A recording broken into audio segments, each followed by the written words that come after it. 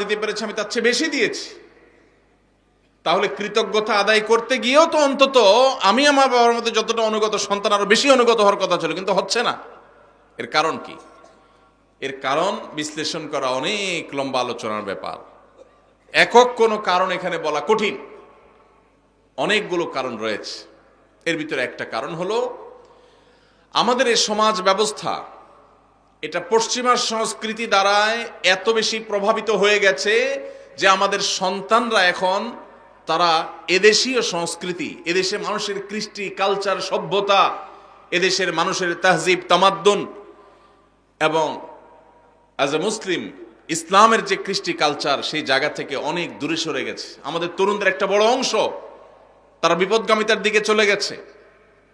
এর কারণ যেমন পশ্চিমা সংস্কৃতির আগ্রাসন আছে, নাটক সিনেমার নামে, বিনোদনের নামে যেগুলো দেখছেন সারাক্ষণ আপনার ভেতরের জগৎকে পরিবর্তন করে দিচ্ছে, সেগুলো আপনার ঈমান, আমল, চিন্তাধারা সবকিছুকে প্রভাবিত করে নিজের অজান্তে চেঞ্জ করে দিচ্ছে।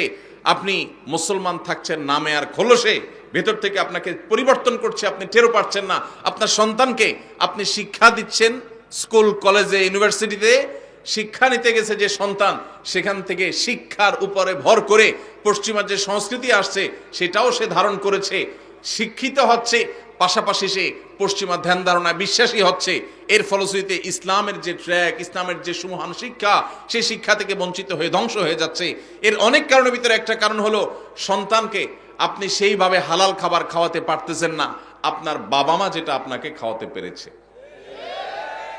আপনার বাবা মা অনেক কষ্ট করে অল্প খাওয়াইছেন, কিন্তু হালাল খাওয়াইছেন, তার বরকত ছেলের মধ্যে আপনি পাইছেন। আপনি আপনার ছেলে মেয়েকে যা খাওয়াচ্ছেন বুকে হাত দিয়ে বলতে পারবেন না যে টনটন করে বাজবে, এতটা হালাল এবং পিওর যেটা আপনার বাবার সম্পদের মধ্যে ছিল।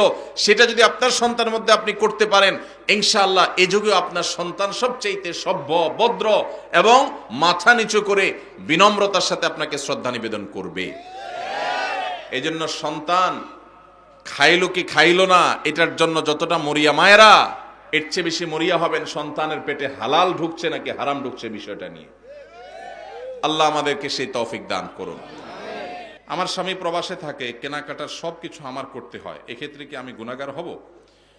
কোন বোন তার স্বামী যদি প্রবাসে থাকেন, দেশে তার বাজারঘাট করে দেওয়ার মতো কোনো মানুষ যদি না থাকে, তিনি যদি বাজারঘাট করার জন্য, কেনাকাটা করার জন্য যাওয়া লাগে, শরঈ পর্দা মেনটেন করে তিনি যেতে পারবেন, কিনতে পারবেন। তবে যদি অন্য কোনো পুরুষ লোক থাকেন আশেপাশের, যাদের দিয়ে কেনাকাটা কাজটা সারা যায়, তাহলে সেটাই করা উচিত, ওইটাই অধিকতর উত্তম।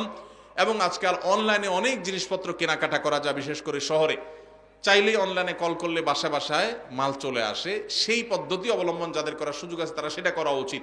একান্ত কোনো উপায় না থাকলে তিনি অবশ্যই যেতে পারবেন, কিন্তু পর্দা মেনটেন করে। অনেক সময় আমাদের বোনেরা এই সুতা দিয়া, এই উজুহাত দিয়া লাগবে লবণ 1 কেজি, বাজারের এ মাথা থেকে ওই মাথা পর্যন্ত 7 চক্কর তওয়াব দিয়ে ফেলে, আছে না নাই? এই জন্য ইন্নামাল আমালু বিন্নিয়াত। আপনার স্বামী প্রবাসে আছে, বাজারে যাওয়া জায়েজ আছে, হুজুরের কাছে মাসালা নিয়েছেন, নিয়ে এবার বাজারে বাজারে ঘুরতেছেন অহেতুক। পর্দার সাথে গেলেন না বেপর্দার সাথে গেলেন, তাহলে অবশ্যই আপনি গুনাহগার হবেন। এই জন্য বোনরা আল্লাহকে ভয় করবেন, যতটুকু আপনার না হলে নয় ততটুকু আপনি করতে পারবেন, অবশ্যই পর্দার সাথে। আমি পর্দা করে চলতে চাই, কিন্তু যেই পরিবার যৌথ পরিবার হওয়ার কারণে পর্দা করে চলতে পারি না, এক্ষেত্রে আমার করণীয় কি? যৌথ পরিবারে পর্দা করাটা একটু কঠিন, একটু কষ্টের, ডিফিকাল্ট। এক্ষেত্রে দরকার হয় সবার সহযোগিতা। আমরা ছোটবেলায় আমরা দেখেছি যৌথ পরিবারে থেকেও মানুষ পর্দা করার চেষ্টা করত। একই বাড়িতে কয়েকজন মানুষ বসবাস করত, কয়েক ভাই আসতেন, সবার স্ত্রী বাসায় আছেন, একই ঘরে এক একটা কক্ষে এক একজন থাকেন। তো বাহির থেকে আসলে অনেক সময় গলা পরিষ্কার করে ঢুকতো, গলা পরিষ্কার করে প্রবেশ করত, যাতে করে মেয়েরা তারা নিরাপদে সাইড হয়ে যায়, পর্দার খেলাপ না হয়। এখন হায়া লজ্জা এমন উঠছে, হনহনায় ঢুকে যায়, ন্যূনতম পর্দার বিধানটা জানেই না। এটা মুসলমানদের জন্য লজ্জা। যৌথ ফ্যামিলিতে থেকে পর্দা করা সম্ভব যদি সবার সহযোগিতা থাকে। ঠিক আছে, পুরুষরা যখন আসবে মহিলারা সাইড হয়ে যাবে, পুরুষরা যখন বের হবে মহিলারা তখন সাইড দিবেন, মহিলারা যখন থাকবেন পুরুষরা ঢোকার আগে তাদের পারমিশন নেবেন, প্রাইভেসি মেনটেন করবেন। দেখুন, ইসলামের পর্দার বিধানটা হলো মানুষের প্রাইভেসি রক্ষা করার জন্য। মানুষের প্রাইভেসি মেনটেন করা, রক্ষা করা, এটা ইসলামের অনেক বড় একটা সৌন্দর্য, যে ইসলাম মানুষের প্রাইভেসি রক্ষা করেছে। একজন নারী, আপনি তার সৌন্দর্য তার অনুমতি ছাড়া বা তার সৌন্দর্য আল্লাহর অনুমতি ছাড়া আপনি দেখে অবলোকন করবেন, আপনার জন্য হারাম করা হয়েছে, তার প্রাইভেসি আপনি নষ্ট করছেন। আবার একইভাবে আপনি তাকে নিয়ে মনোজগতে যে বাজে জল্পনা কল্পনার মধ্যে হারিয়ে যাওয়ার আশঙ্কা আপনার মধ্যে আছে এই পর্দাহীনতার কারণে, এই কারণে আল্লাহ তাআলা আমাদের জন্য এটা নিষেধ করেছেন। এই জন্য যৌথ ফ্যামিলিতে থেকে পর্দা করা যায় যদি সবার সহায়তা থাকে, যদি না থাকে তাহলে আলাদা থাকবেন, ছোট্ট কুলঘর নিয়ে ফ্যামিলির সাথে পড়া করে তাদেরকে বুঝায়া যে পর্দার জন্য আপনি আলাদা হচ্ছেন। অনেক সময় দেখা যায় অনেক মহিলা আছে আলাদা হওয়ার জন্য একটা সুতা খোঁজে, সুতা, এই সুতা খুঁজে এক একটা মাসালা বাইর করে হুদাই, কোনো কারণ ছাড়াই। তো এটা করা যাবে না। আর যদি সত্যিই পর্দার অসুবিধা হয় তাহলে স্বামীর কর্তব্য স্ত্রীর জন্য অবশ্যই পর্দার ব্যবস্থা করা, প্রয়োজনে সেটা বাছা আলাদা করে হলেও।